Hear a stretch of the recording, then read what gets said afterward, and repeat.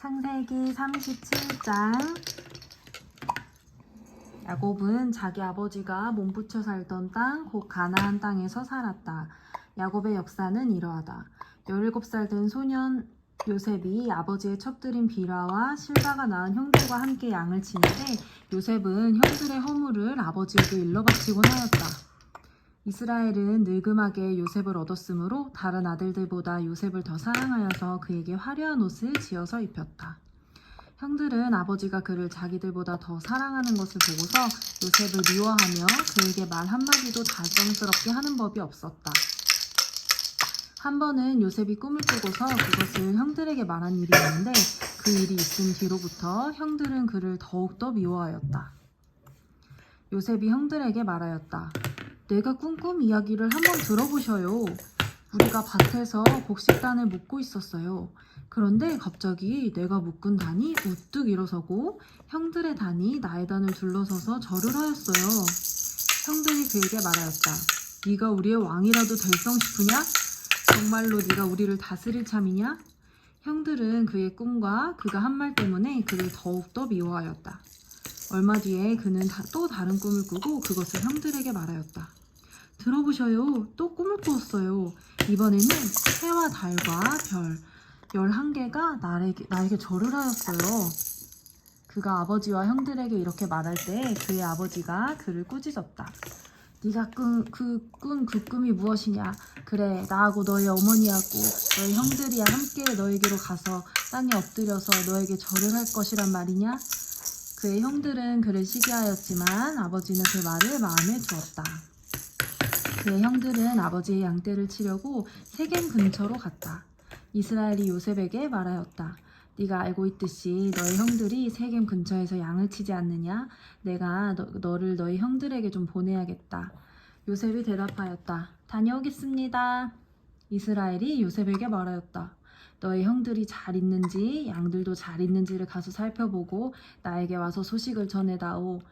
그의 아버지는 헤브론 골짜기에서 그를 떠나보냈다. 요셉이 세겜에 도착하였다. 어떤 사람이 보니 요셉이 들에서 헤매고 있었다. 그가 요셉에게 물었다. 누구를 찾느냐? 요셉이 대답하였다. 형들을 찾습니다. 우리 형들이 어디에서 양을 치고 있는지 나에게 일러주실 수 있겠습니까? 그 사람이 대답하였다. 너희 형들은 여기에서 떠났다. 도단으로 가자고 하는 말을 내가 들었다.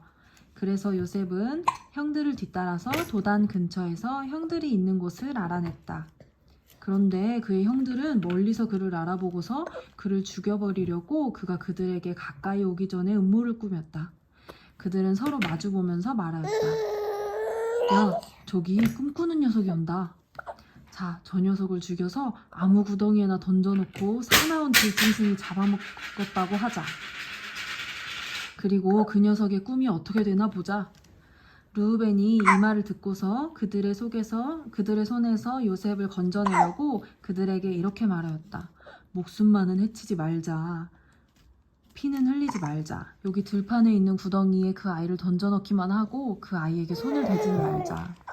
르우벤은 요셉을 그들에게서 건져내서 아버지에게 되돌려보낼 생각으로 이렇게 말한 것이다. 요셉이 형들에게 오자 그들은 그의 옷 곧 그가 입은 화려한 옷을 벗기고 그를 들어서 구덩이에 던졌다. 그 구덩이는 비어있고 그 안에는 물이 없었다. 그들이 앉아서 밥을 먹고 있는데 고개를 들고 보니 마침 이스마엘 상인 한떼가 길앗으로부터 오는 것이 눈에 띄었다. 낙타에다 향품과 유향과 모략을 싣고 이집트로 내려가는 길이었다. 유다가 형제들에게 말하였다. 우리가 동생을 죽이고 그 아이의 피를 덮는다고 해서 우리가 얻는 것이 무엇이냐? 자, 우리는 그 아이에게 손을 대지 말고 차라리 그 아이를 이스마엘 사람들에게 팔아 넘기자. 아무래도 그 아이는 우리 형제요, 우리의 피부치이다. 형제들은 유다의 말을 따르기로 하였다. 그래서 미디안 상인들이 지나갈 때에 형제들이 요셉을 구덩이에서 꺼내어 이스마엘 사람들에게 스무냥에 팔았다. 그들은 그를 이집트로 데리고 갔다. 르우벤이 구덩이로 돌아와 보니 요셉이 거기에 없었다. 그는 슬픈 나머지 옷을 찢고서 형제들에게 돌아와서 말하였다. 그 아이가 없어졌다. 나는 이제 어디로 가야 한단 말이냐? 그들은 순념소 한 마리를 죽이고 요셉의 옷을 가지고 가서 거기에 피를 묻혔다. 그들은 피 묻은 그 화려한 옷을 아버지에게로 가지고 가서 말하였다. 우리가 이 옷을 주었습니다. 이것이 아버지의 아들의 옷인지 잘 살펴보시기 바랍니다. 그가 그 옷을 알아보고서 부르짖었다. 내 아들의 옷이다. 사나운 들짐승이 그 아이를 잡아먹었구나.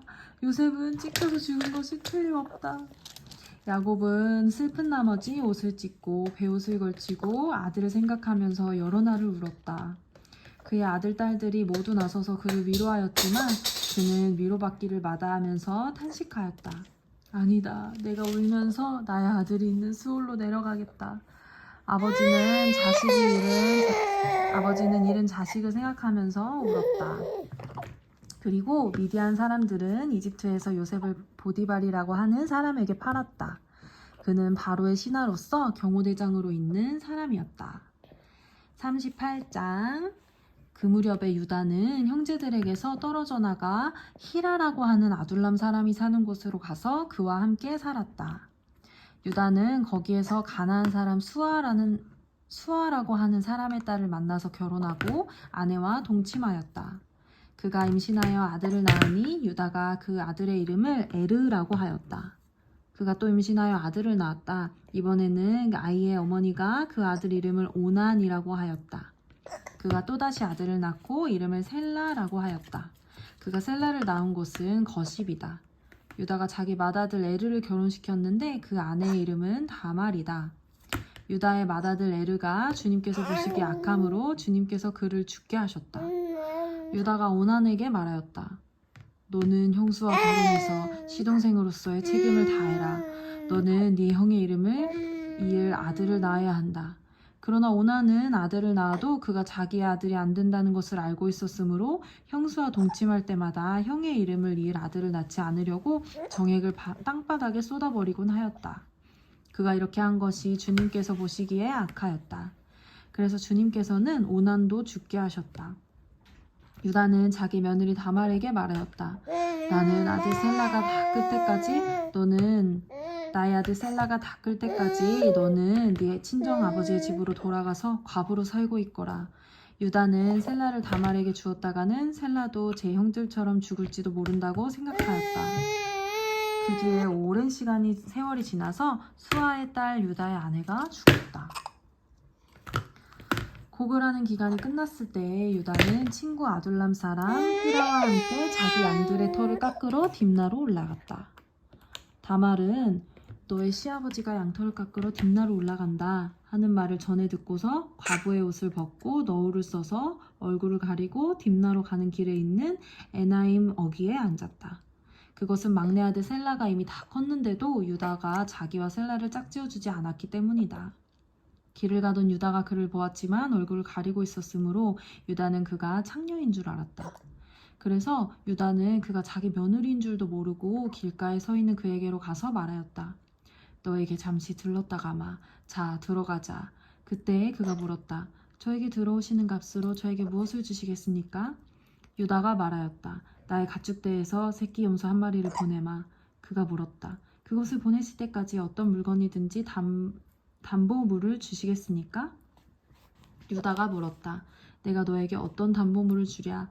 그가 대답하였다. 가지고 계신 도장과 허리끈과 가지고 다니는 지팡이면 됩니다. 그래서 유다는 그것들을 그에게 맡기고서 그에게 들어갔는데 다말이 유다의 아이를 임신하게 되었다. 다말은 집으로 돌아와서 노울을 벗고 도로 과부의 옷을 입었다. 한편 유다는 자기 친구 아둘람 사람 한편에 새끼 염소 한 마리를 보내고 그 여인에게서 담보물을 찾아오게 하였으나 그 친구가 그 여인을 찾지 못하였다. 그 친구는 거기에 사는 사람들에게 에나임으로 가는 길가에 있던 창녀가 어디에 있느냐고 물었다. 그러나 그들의 말이 거기에는 창녀는 없다고 하였다. 그는 유다에게 돌아가서 말하였다. 그 여인을 찾지 못하였네. 그보다도 거기에 사는 사람들이 그러는데 거기에는 창녀가 없다고 하네. 유다가 말하였다. 가질 테면 가지라지. 잘못하다가는 창피만 당하겠네. 어찌하였는지 나는 새끼 염소 한 마리를 보냈는데 다만 자네가 그 여인을 찾지 못한 것일 뿐일세.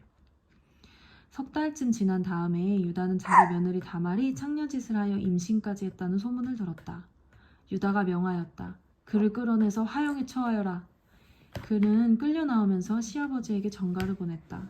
저는 이 물건 임자의 아이를 배웠습니다. 하고 말하였다. 다말은 또 말을 계속하였다. 잘 살펴보십시오. 이 도장과 이 허리끈과 이 지팡이가 누구의 것입니까? 유다는 그 물건들을 알아보았다. 그 아이가 나보다 옳다. 나의 아들 셀라를 그 아이와 결혼시켰어야 했는데 하고 말하였다. 유다는 그 뒤로는 다시는 그를 가까이 하지 않았다. 다말이 몸을 풀 때가 되었는데 태 안에는 쌍둥이가 들어있었다. 아기를 막 낳으려고 하는데 한 아기가 손을 내밀었다. 산파가 진홍색 실을 가져다가 그 아이의 손목을 감고서 말하였다. 이 아이가 먼저 나온 녀석이다. 그러나 그 아이는 손을 안으로 다시 끌어들였다. 그런 다음에 그의 아우가 먼저 나왔다. 산파가 어찌하여 네가 터뜨리고 나오느냐 하고 말하였다. 그래서 그 아이의 이름을 베레스라 하고 그의 형 곧 진홍색 실로 손목을 묶인 아이가 뒤에 나오니 그의 이름을 세라라고 하였다. 아멘. 아멘.